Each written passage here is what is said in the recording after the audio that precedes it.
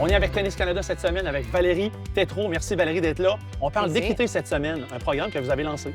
Oui, ça s'appelle Jeu 7 Équité et c'est une stratégie qui veut favoriser en fait l'avancement des filles et des femmes dans le tennis. Hey. La stratégie s'appuie sur différents sujets, différents piliers. Il y en a 5 au total. Alors oui, on peut penser par exemple à la participation. On veut avoir de plus en plus de jeunes filles qui ont envie de jouer au tennis. Oui. On veut s'assurer aussi qu'elles ont des chances en fait d'avancer dans le tennis, mais à tous les niveaux, pas juste sur le terrain. Alors on peut penser par exemple à des postes de gestion. On peut penser aussi comme métier d'entraîneur, par exemple. Ouais. On veut s'assurer qu'il y a des opportunités en termes d'avancement commercial. Alors, oui, en termes de partenaires, de droits télé, comment on peut faire en sorte que lorsqu'on parle de tennis féminin, c'est aussi avantageux que lorsqu'on parle de tennis masculin.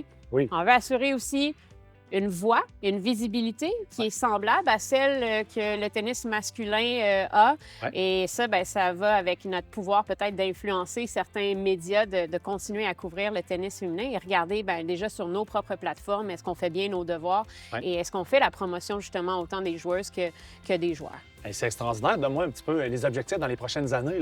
Qu'est-ce que vous voulez développer par rapport à ce programme? Déjà, il y a eu une grosse annonce en 2023 et c'est celle finalement de l'égalité des bourses dans le cadre de l'Omnium Banque Nationale.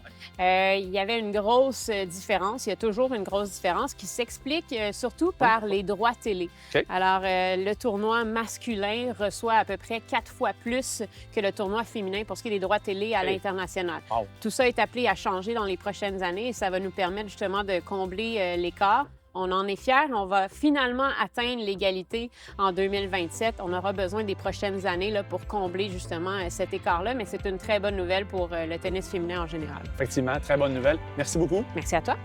Ce volet vous a été présenté par Tennis Canada.